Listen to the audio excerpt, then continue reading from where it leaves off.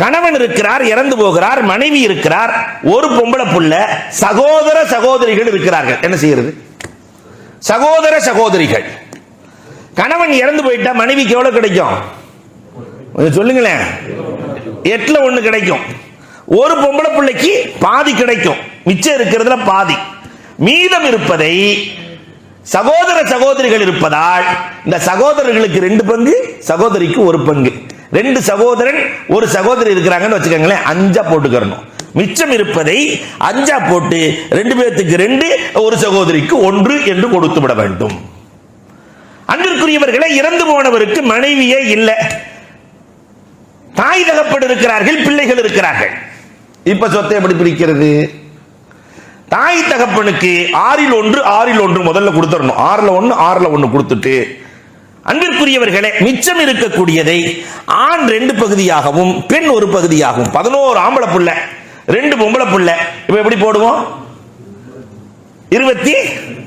11 ஆம்பளை புள்ள 2 பொம்பளை புள்ள 24. அவ்வளவுதான் கணக்கு. 24 போட வேண்டும். இறந்து போனதற்கு பிறகு கணக்கு போடுவதில் தடுமாற்றமே தேவையில்லை என்று நான் சொல்ல வருகிறேன். மார்க்கம் அழகாக சொத்துக்களை பிரித்து கொடுக்க சொல்லி அற்புதமாக சொல்லுகிறது. சரி, அன்பிற்குரியவர்களே, இறந்து போனவருக்கு மனைவி இருக்கிறாள், குழந்தை இல்லை, தாய் தகப்பன் மட்டும் இருக்கிறாங்க. இப்ப மனைவிக்கு எவ்வளவு கொடுக்கணும்? குழந்தை இருந்தா தான் 8/1. குழந்தை இல்லைன்னா மனைவிக்கு 4/1. 25% கொடுத்துட வேண்டியது. மிச்சம் இருப்பதை தாய் தகப்பன் தானே இருக்கிறாங்க. அப்ப மிச்சம் இருப்பதில் தாய்க்கு 1 பங்கு, தகப்பனுக்கு 2 பங்கு, ஆணுக்கு 2, பெண்ணுக்கு 1 என்று மார்க்கம் அழகாக விதித்திருக்கிறது. ஒரு அருமையான மசாயில் அபூபக்கர் ரலியல்லாஹுவினுடைய காலத்தில் வருகிறது. எல்லா சஹாபாக்களும் குழம்பி போய் இருக்கிற போது அழகாக தீர்ப்பு சொன்னார்கள். இறந்து போனவருக்கு ஒருத்தரும் இல்ல, ஒரு காலாமா இருக்குது, ஒரு குப்பிமா இருக்கு, ஒரு மாமியும் ஒரு காலாவும், தாய் கூட பிறந்தது ஒண்ணும் தகப்பன் கூட பிறந்தது ஒண்ணு இருக்கு, சொத்தை எப்படி கொடுக்கிறது என்று கேட்கிற போது முகைரத்தின் ஷோபா ரலியல்லாஹு தஆலா போன்ற சகாபாக்கள் எல்லாம் திகைத்து போய் இருக்க அழகாக தீர்ப்பு சொன்னார்களாம். காலாங்கிறது அம்மா ஸ்தானம் இல்லையா, குப்பிமாங்கிறது அப்பா ஸ்தானம். அப்பாவுடைய சகோதரி அப்பா, அம்மாவுடைய சகோதரி அம்மா. அதனால 2 பங்கு குப்பிமாவுக்கும் 1 பங்கு காலாமாவுக்கும் கொடுத்து முடியுங்க. அன்பிற்குரியவர்களை, என்ன அழகான தீர்ப்புகளை நம்முடைய உம்மத்திலே நம்முடைய முன்னோர்கள் நமக்கு வடித்து கொடுத்திருக்கிறார்கள் எண்ணி பார்க்கிறோம்.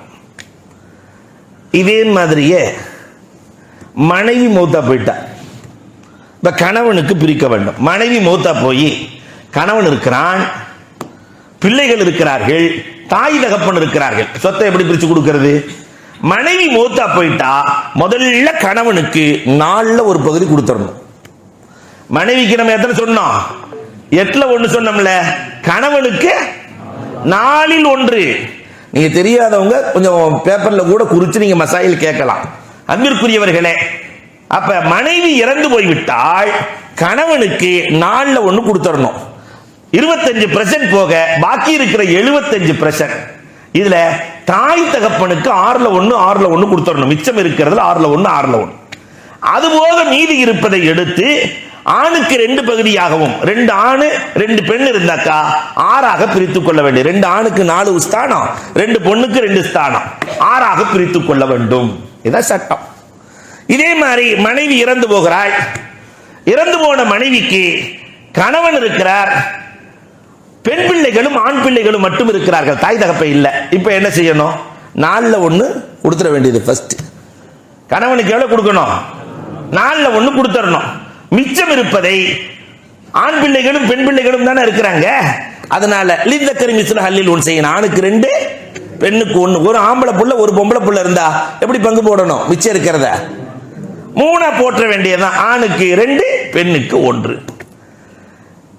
இதே மாதிரி தான் இறந்து போனது மனைவி, கணவன் இருக்கிறார், 2 பொம்பளை புள்ள இருக்கு, சகோதரி இருக்கிறாள்.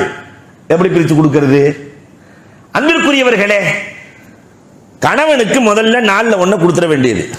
ஒரு பொம்பளை பிள்ளை இருக்குன்னா மிச்சம் இருப்பதில் பாதியை அந்த பெண் பிள்ளைக்கு கொடுத்து விட்டு மீதியை அதே பாதியை சகோதரிக்கு கொடுத்து விட வேண்டும். சகோதரியோடு சகோதரர்களும் சேர்ந்து இருந்தார்கள் என்றால் பாதியை பொம்பளை பிள்ளைக்கு கொடுத்துட்டு மீதி பாதிய லித்தக்கரி மிஸ்ரா அலில் ஒன் செய்ய, ஆணுக்கு 2 பங்கு பெண்ணுக்கு 1 பங்கு என்று போட்டு கொடுத்து விட வேண்டும்.